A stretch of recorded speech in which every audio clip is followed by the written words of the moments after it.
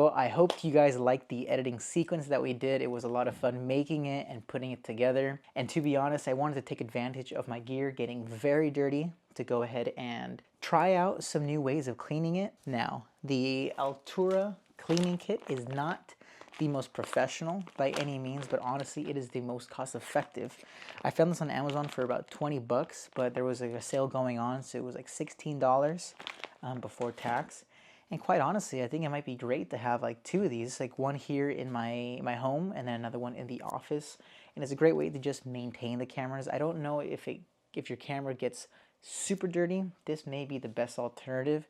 Maybe just having some compressed air, as I ended up using because my stuff was beyond the little rocket blower. However, this right here is wonderful if you are cleaning your camera once a week, if you want to get it all dusty. And to be honest, I think it really does make a difference having a clean camera, especially as I've been going out more and more with friends and having them use my cameras. Them seeing a very dusty, very like dirty camera just isn't like the most prideful feeling ever. You know, I'm not really taking care of my equipment, so having it be cleaned every single week is honestly something that like I aspire to do.